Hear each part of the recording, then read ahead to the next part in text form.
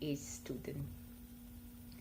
Sikaki was a skilled artist and artisan with great expertise and interest. He made such a nice and beautiful ink pot that it could be presented to the king. He expected that appreciating his artistic skill, the king would encourage him as far as possible. So, with countless hopes and thousands of desires, he presented that ink pot to the king. In the beginning, the king was very impressed by his artistic skill, but afterwards an unpleasant event occurred, and that caused an extraordinary change in Shikaki's life and the way of thinking. When the king was observing the skilled artistry of a beautiful ink pot, and Sikaki was lost in the world of thoughts, the people informed that the scholar, literary person or jury, is about to enter the court. As soon as the scholar entered, the king God has so much absorbed in welcoming and taking him that he forgot Shikaki and his skilled artistry. This incident caused an adverse and deep effect on the heart of Shikaki. He realized that now he would not receive the encouragement he had expected, and all his desires and hopes are useless now. But Sikaki's high-spirited mind did not allow him to be in peace. So he started thinking as to what should he do. He decided to do what the others had done and gone on the same way that the others had gone up till now. Therefore, he decided to search for his lost hope in the world of knowledge, literature, and books. Although for a wise man who was past the days of his young age, it was not easy to study the young children and to start right from the preliminary stage, but he did not have a choice. After all, whenever the fish is taken out of water, it is fresh.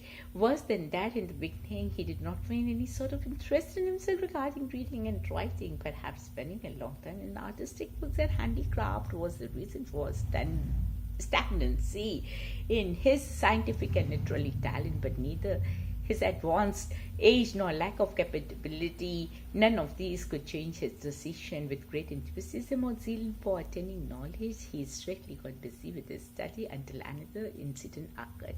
The teacher who was teaching him Shafafi's jurisprudence taught him this lesson. The teacher believes that the skin of a dog becomes clean after tanning. Shikaki repeated this sentence a lot of times so that at the time of the examination he would be able to succeed. But when he was asked to answer this question, he said the dog believes that the skin of a teacher becomes clean after tanning. The audience, upon hearing this answer, started laughing. It was clear for everybody that this old man is absolutely incapable of reading and writing. After this incident, Shikaki not only left the school, but he left the town and went toward the jungle. By chance, he reached the foot of the mountain, where he saw that the water is falling from drop by drop from top, and due to the continuous falling of water, a hole had been formed in that hard stone. He reflected for some time, and a good idea crossed his mind like lightning, and he said, maybe my heart is not ready to accept knowledge, but it is not harder than the stone. It is impossible that continuous studying and hard work would be ineffective.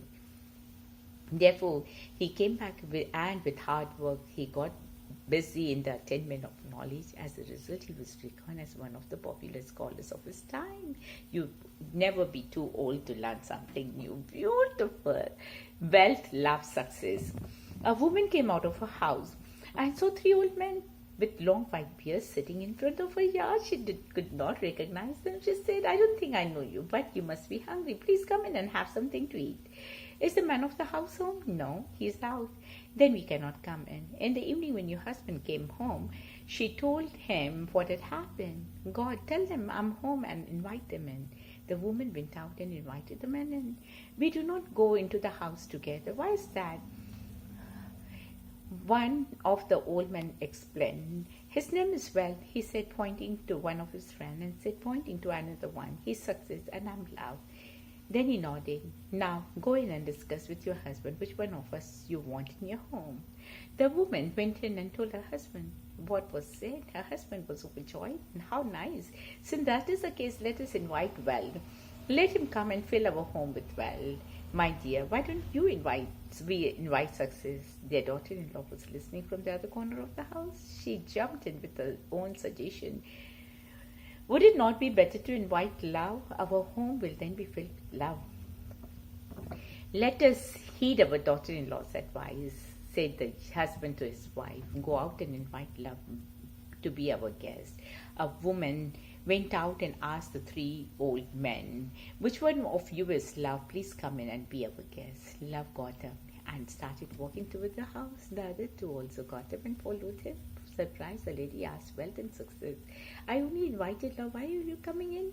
The old man replied together, "If you had invited wealth or success, the other two of us would have stayed out. But since you invited love, wherever he goes, we go with him. Wherever there is love, there is also wealth and success." Aha! So pretty, love and time. Once upon a time, there was an island where all the feelings lived. Happiness, sadness, knowledge, and all of the other, including love. One day, it was announced to the feelings that the island would sink, so all constructed bosom left except for love. Love was the only one who stayed. Love wanted to hold out until the last possible moment when the island was almost sunk. Love decided to ask for help. Richness was passing by Love in a grand boat. Love said, "Richness, can you take me with you?" Richness answered, "No, I can't. There's a lot of gold and silver in my boat. There is no place here for you." Love decided to ask Vanity, who was passing by in beautiful vessel. "Vanity, please help me. I can't help you, Love. You're all weight and might damage my boat," Vanity answered. Sadness was close by, so Love asked, "Sadness, let me go with you." "Oh, Love, I am so sad that I need to be by myself." Happiness passed by Love too, but she was happy that she did not even hear when Love called her. Suddenly there was a voice, "Come, Love, I'll take you." It was an elder. So blessed and overjoyed, Love even forgot to ask her elder where they were going. When they arrived at dry land, the elder went his way, realizing how much was owed the elder. Love asked Knowledge,